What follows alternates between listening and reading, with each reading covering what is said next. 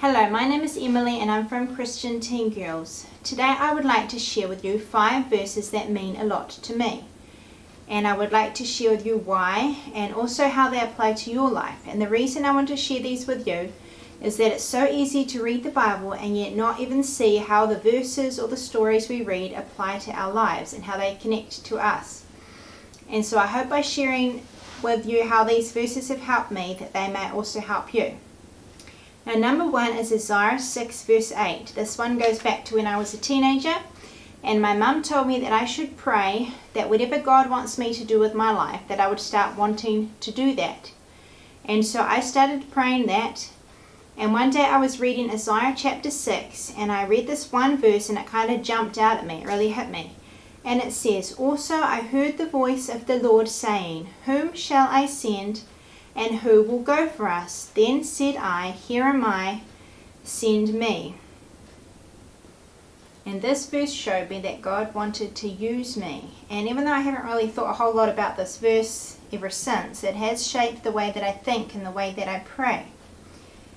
And is it the way that you pray? Do you say, "Here am I, send me, please use me, use my life"? Or do you just want God to use somebody else? So that was number 1. Number 2 is Joshua 1 verse 9.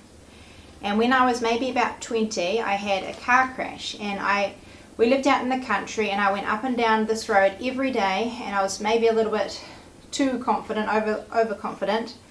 One day I was coming home in the evening from somebody's house, and my car went off the road just a little bit onto the grass, and it made me lose control.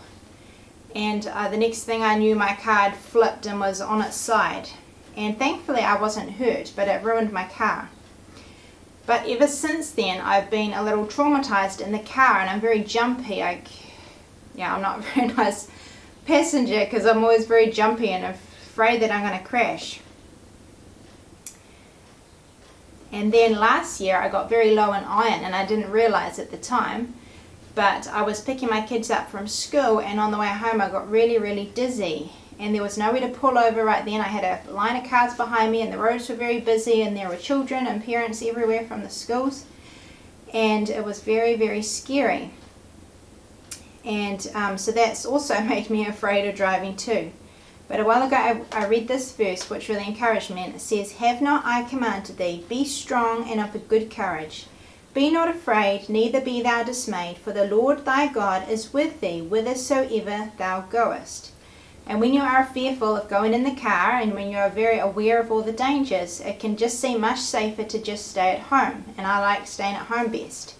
But this verse says that wherever we go, God is with us. So really, I'm just as safe in the car as I am at home. Even though physically there may be more danger in the car, I'm really just as safe in the car as I am at home. I don't need to be afraid, because God, wherever I go, God goes too, and He's with me.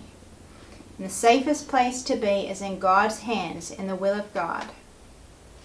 And number 3 is Psalm 139 verse 14, which says, "I will praise thee, for I am fearfully and wonderfully made." About 5 years ago, we had a little girl, and she had Down syndrome. We didn't know before she was born if she did. We knew she might. But I'd always had a very negative view of Down syndrome and of any kind of disabilities, especially intellectual ones. And so I found it very difficult to find out that she had Down syndrome, and I just thought very negatively about it. But a friend gave me this card, and it had this little verse on it. And to me it really spoke to me, because it was a reminder that God made our little girl perfect. It says, "The Lord has formed this little girl you hold within your heart. His mercy and His goodness have been with her from the start. Her face, her hands, her smile, He fashioned everything with care. Now raise this precious gift from Him with wisdom, love, and prayer." And our little girl is made by God, and she is fearfully and wonderfully made in spite of her disabilities. And you know what? If you have a disability, or if there's something you don't like about yourself, remind yourself that you are fearfully and wonderfully made. And God doesn't make mistakes. And even though there are things in the world like blindness and deafness, and all those things are a result of sin, God didn't originally make the world and people like that. But even if you have any of those disabilities, you are fearfully and wonderfully made. And is that the way you look at other people? Do you see everybody else as being fearfully and wonderfully made, as one of God's creations? Number 4 is James verse 6. Now, when our little girl was born, she had to go in hospital for a long time. She was very sick and weak, and she needed a heart operation, and we just couldn't take her home for a long time. And when she'd been in the hospital for about 8 weeks, we still didn't know how much longer she would be in there. We thought it could still be another couple of months, and we had little children, and they had to go into a different place so that they could be looked after. So we kind of only saw them off and on. And at this 8 weeks, I felt like I couldn't handle it anymore. It just felt too much. And I cried out to God and said, I can't handle it anymore. I've had enough. Just want to go home. Isn't 2 months long enough to be in hospital? And the Lord brought a verse to my mind, which I already knew.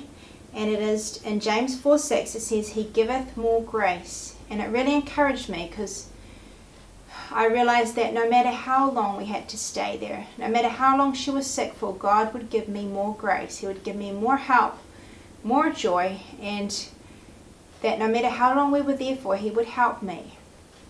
And He did help me. I went from feeling so depressed and hopeless to feeling so joyful. And maybe you have something in your life that you feel like you can't handle anymore. It's just too hard. You've had enough. Well, God will give you more grace too. There is always hope with God. He will always give you more help and more grace if you will ask Him and trust in Him. Number 5 is Proverbs 13 verse 4. Now this is a verse that I heard explained in a sermon, and it's just kind of stuck with me ever since. And it is, the soul of the sluggard desireth and hath nothing, but the soul of the diligent shall be made fat. And what it means is that if we're lazy, we will want things, but we won't get it, because wanting is not enough. We need to do something for it. We need to work hard to get it. And we may have all good desires. We may want all the right things. We may want to be a Christian. We may want to be a good Christian. We may want to know God. And we may want to be good at a certain hobby or craft or whatever. And yet wanting it is not enough. We need to do something about it. And I saw a good example of this last night. Me and my husband were sitting out on our deck, and just down from our deck is our chicken coop. And I wasn't paying any attention to them. I was just drinking my drink, and my husband said, "Oh, it's so funny watching those chickens." And I looked over, and we have this space where chickens can kind of jump up onto and stand up there. And there were a couple of chickens up there, and there was this other chicken standing on the ground, and he kept looking up there, and you could tell he wanted to get up there, and he would crouch down as if he was going to jump, and then he would walk away. The next minute he would come back, he would look up there, and he would crouch down, and we would think he was going to jump, and then he would walk away again. And he did this over and over again. He never had enough courage to actually try to jump up there, and so he just stayed down below the whole time. And I thought it was kind of a picture of me sometimes. Sometimes I see things that I want to do, and yet I don't have the courage to try, or I can't be bothered trying, because it can be work to try to do these things. And what about you? What do you want? Do you want to be good at something, or do you want to know God better, to have a close relationship with God? You need to do something for that. You need to read the Bible. You need to pray. So I hope these 5 verses are helpful to you. And I would like to know, do you have a favorite verse? Is there a verse that means a lot to you? And I do have a whole long list of verses that have been helpful to me, so maybe I will share them in other verses. Maybe I will share them in other videos. I hope this video was helpful to you.